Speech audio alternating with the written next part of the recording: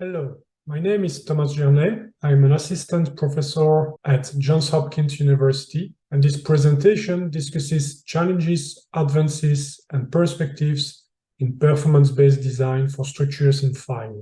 Most buildings are designed against fire using a prescriptive approach. Prescriptive codes and standards prescribe generic requirements that lead to a prescriptive path to a solution. However, even for regular buildings, we do not know if the solution is optimal. We do not know the true safety margins or whether other design solutions will provide superior performance. Some of the questions that are not interrogated with a prescriptive approach are: what would happen in case of a fire? Is this the best design? Is this the most economical, the most robust design that we can come up with? What is the safety level against fire of this design? And then all questions pertaining to resilience, reusability after an event, and risk of a really catastrophic collapse. These are not quantified. Now, if we consider even more innovative structures and next generation buildings developed to achieve sustainability or resilience, there is inherently a need to innovate and come up with new solutions for these, which means that there is a lack of precedent and prescriptive codes may not be well suited to lead to innovative solutions for those challenges. How can we deal with fire when innovations may change the fire hazard? And how can we iterate towards solutions that are optimal, also integrating the fire performance? To answer those questions, we need an approach based on evaluation of the fire performance, which leads us to performance-based fire design. So here comes performance-based structural fire design. In this context, this approach is very well suited when there is a need to predict the actual performance in case of a fire. Performance-based design starts with defining the end goal. Then the engineer can leverage science-based methods and develop innovation and creative solutions to achieve these performance objectives. And as a requirement of the method, the engineers have to explicitly demonstrate the performance of the design. So frameworks have been developed, they exist to guide this process. Generally, those frameworks or those processes come in three stages. There is a need to define the scope, objectives, scenarios, and approaches for the design. And this will be a conversation with the AHJs, the stakeholders. It needs to be agreed upon by all the stakeholders before. Then the performance needs to be evaluated. So there, the structural fire engineers, fire protection engineers work to quantify those fire scenarios and the structural fire response, eventually quantifying the expected performance against the predefined fire scenarios. And third, these different trial designs which have been assessed are considered, and there is a decision on which design satisfies the performance objectives and is selected. So this method relies on the availability of models and methods to evaluate and quantify performance of structures in fire. This slide shows some key milestones in the development of these approaches. It is certainly not exhaustive, but you see here some of these key steps either in research or incorporation in building codes. Notably, there have been developments of software to support this evaluation of performance, including software to model the fire action and then software to model the structural fire response, such as finite element software. The performance-based design approach is an alternative to the prescriptive design approach, meaning the two coexist, the two can be used, but the performance-based design approach requires more effort on behalf of the engineers and the stakeholders who have to review and approve the design. So a legitimate question is to ask whether this is worth it, whether we really need this approach. And I would argue that yes, certainly it does bring a lot of value. And to support this, we can look at lots of examples where performance-based design for structural fire engineering has been used. We see that there are a number of situations where the approach brings values. For example, when there is a need to explicitly quantify the fire performance and fire risk. The approach has been used also to enable designs, to think about architectural preferences, having steel exposed in these type of applications, to assess existing structures, to control the failure mode, making sure a structure would fail inward and not endangering the surrounding structures, to demonstrate stability to full burnout, and to develop design methods. For example, to optimize design, there have been many cases where the so-called tensile membrane action was taken advantage of in the design, and it was found that it is unnecessary to protect individually all horizontal steel members in the building, but instead structural robustness and structural fire performance could be achieved to membrane action in the composite slabs with sufficient steel reinforcement. So this behavior is well known since the Cardington fire test in the 1990s. It has been implemented now in many designs, and so it leads to economically more optimal solutions, but also very robust designs. As an example of forensics, recently there was a fire during the construction stage of a New Zealand International Convention Center, and after the fire, there was a need for analysis to understand the damage and residual capacity of the structure, and performance-based fire design techniques and modeling came to support those decisions. For the structural fire engineer, in order to enable this performance-based design approach, the crux consists in being able to evaluate the structural fire performance. The engineer will need appropriate data, models, and methods to conduct this assessment.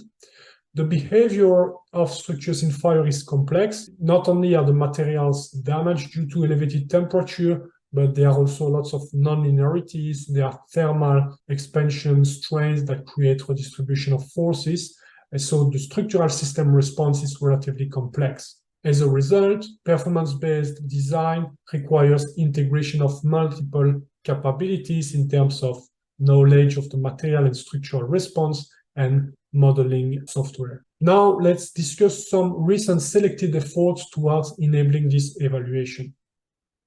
A key component consists in characterizing the response of materials at elevated temperature. This is not new. There have been tests on steel and concrete at elevated temperature for decades, but this is a continuous need because first, new materials continuously emerge, and second, demands on those structures in fire also evolve. Nowadays, we want to be able to assess the response until full burnout. That includes measuring properties during cooling and in the post-fire stage. We also look at expanding the capabilities of our finite element software. So when we model an entire steel frame structure, we want to capture ductile fracture. But this requires characterizing the response under multi-axial stress state at elevated temperature. And so this is still new research that is needed there. For example, in our team, recently, we characterized the response of new high-strength cold-formed steel that are coming to the market that have not been studied at elevated temperature before.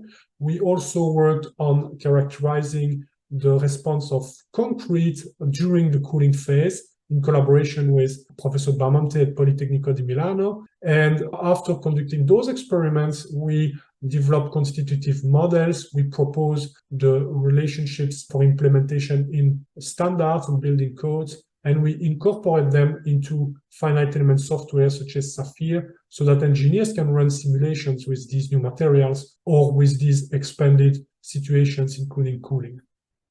Another key component in evaluating the structural fire response is having the ability to simulate the response of an entire structure.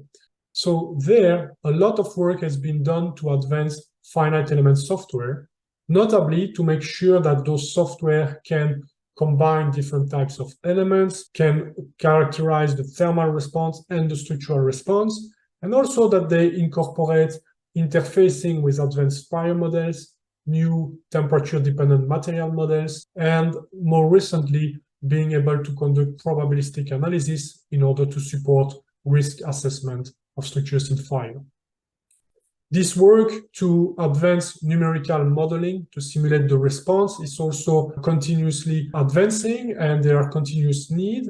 For example, whenever a new structural system is developed, there is work needed to make sure we can model those structural systems. But also with existing structural systems, there are research questions that are regularly investigated. For example, recently we modeled full-scale fire tests conducted at the NIST on steel concrete composite floors, where the experiments looked at the comparison between prescriptive and performance-based design for the floor system in fire, including the development of tensile membrane action in the performance-based design. And we modeled those tests in order to gain further understanding on the reinforcing steel details that are optimal for the system, but also more broadly to characterize the economic impact of the performance-based design. And this entails studying the performance of those two designs comparatively against a range of fire scenarios and quantifying damage and losses in a probabilistic framework for those two designs comparatively. Question we want to answer is, over the lifetime and on average, if either design is applied, which one brings the most economic benefits in terms of fire resilience? The concept of looking at probabilistic risk analysis and multiple fire scenarios is really a key advantage of performance-based fire design. With this approach, the structural response is quantified, the safety can be evaluated. In this study, for example, we looked at a multi-story steel concrete building and we designed it considering different performance objectives which were predefined in terms of scenarios such as fire spread across multiple floors, as well as probabilistic severity of the fire as correlated to the percentile of fuel load distribution in the room. And we can run analysis for all those scenarios. We can look at different trial designs in order to derive the optimal design in terms of detailing of the section dimensions, the reinforcement area in the floor, and so on. And then we can validate the performance of the selected trial design against all those scenarios in full-scale numerical models capturing the structural system response. These probabilistic risk assessment studies allow us making informed decisions which account for all the uncertainties in the process. There's been a lot of work done recently to characterize the uncertainties, such as in collecting fuel load data and providing probabilistic distribution for those data. But we also worked on uncertainties on the live loads during a fire event, on the material response for steel, concrete, and timber properties at elevated temperature, and so on. So when we develop better data for all those inputs, as well as the capability to run stochastic finite element simulations, we can now characterize our structural fire response in probabilistic terms and generate fire fragility functions that quantify the probability to reach different damage states in case of fire, accounting for all uncertainties and for different types of designs. So those fire fragility functions can be developed for different prototype buildings and different nominal designs. In the end, our efforts in the field of structural fire engineering parallels those made in other fields such as seismic engineering, where the PEER framework is now widely used in order to account for uncertainties across the process, from the hazard characterization all the way to the loss analysis, which in the end can support rational decision-making for the design. I will now say a word on the perspectives in this field and using those methods. One key research question that we are looking at as a field now is to work toward multi-hazard resilience. We recognize that fire is a very important hazard for structures, but so are other types of hazards. Now, an optimal design obviously needs to address all those hazards, and there are situations where it's important to consider sequentially several hazards. For example, we look at the effect of an earthquake on the fire performance of buildings. Indeed, if there is an earthquake striking a large city, there will be hundreds of thousands of buildings affected or damaged by the earthquake. And it's important to know whether repairs, rehabilitation is needed for all those buildings in case the fire protection systems are compromised or the fire performance is compromised. So as part of this effort, for example, next year, there will be a 10-story cold form steel building test on the shake table at University of California, San Diego. And following this earthquake testing, there will be live fire test in the building where we will look at the fire performance of the systems, including fire protection system, gypsum, panels, and so on, in order to understand the structural fire performance of those buildings after an earthquake.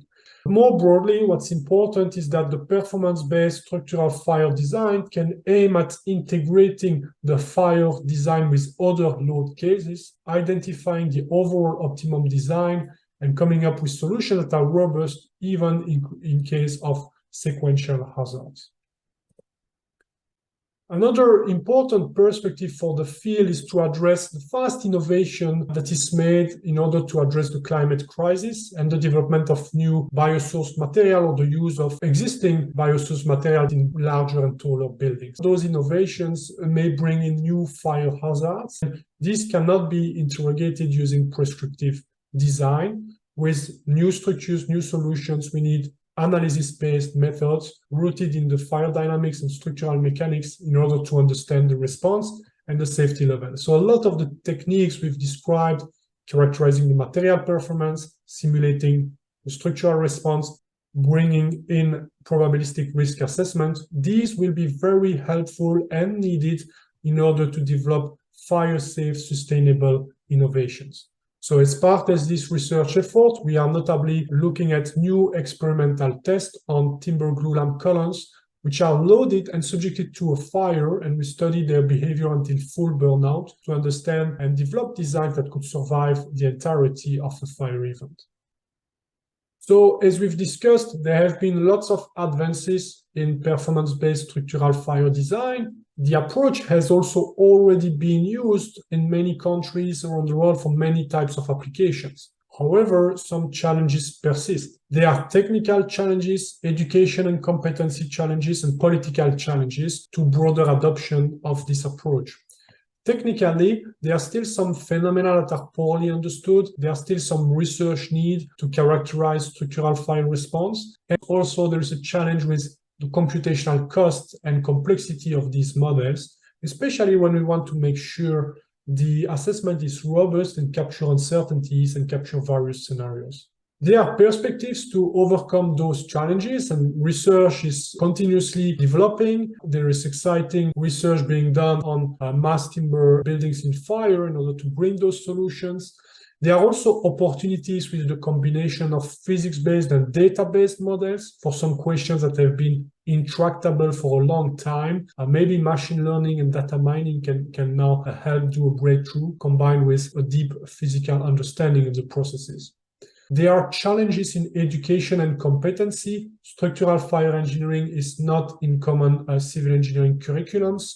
There is also a lack of awareness of the potential benefits on the part of stakeholders, and AHJs can be wary of going to that road because it's another responsibility and it may be hard to identify reviewers for the designs. So in order to overcome those challenges, there needs to be a work done by the profession, and maybe to work toward definition of core competencies, accreditation.